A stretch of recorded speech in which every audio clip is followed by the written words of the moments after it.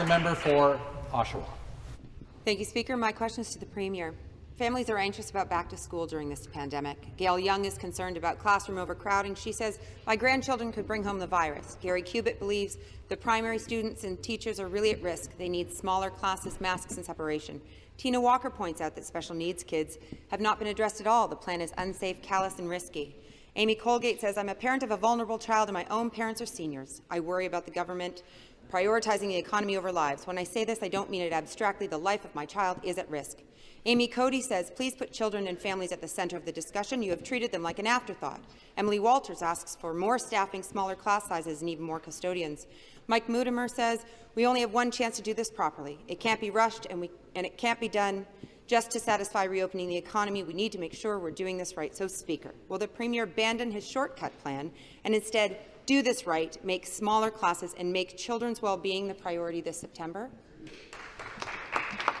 Minister of Education to reply. Well, thank you, Speaker, and thank you very much to the member opposite for the question. Speaker, in the context of the broader risk we face, we have seen rising numbers of COVID-19 in the past days in this province, and we have an obligation as a people to do everything humanly possible to reduce the risk.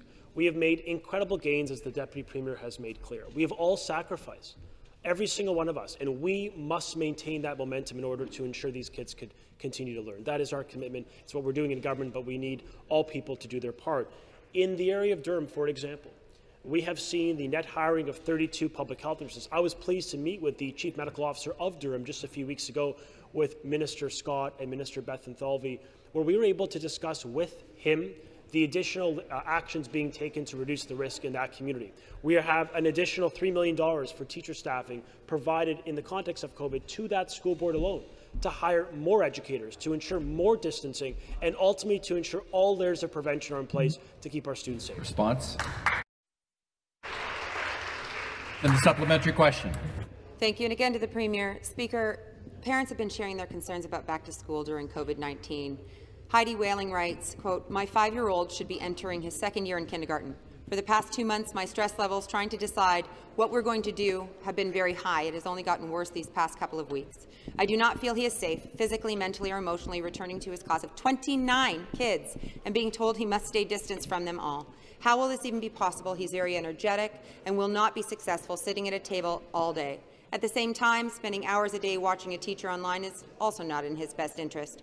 I cry myself to sleep often. I feel like if I send him, I'm putting his life and the lives of our family members at risk.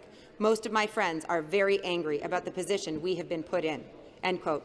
Speaker, will the Premier change his mind and start capping class sizes and commit to parents like Heidi that their children will be able to learn safely while supported in smaller classes?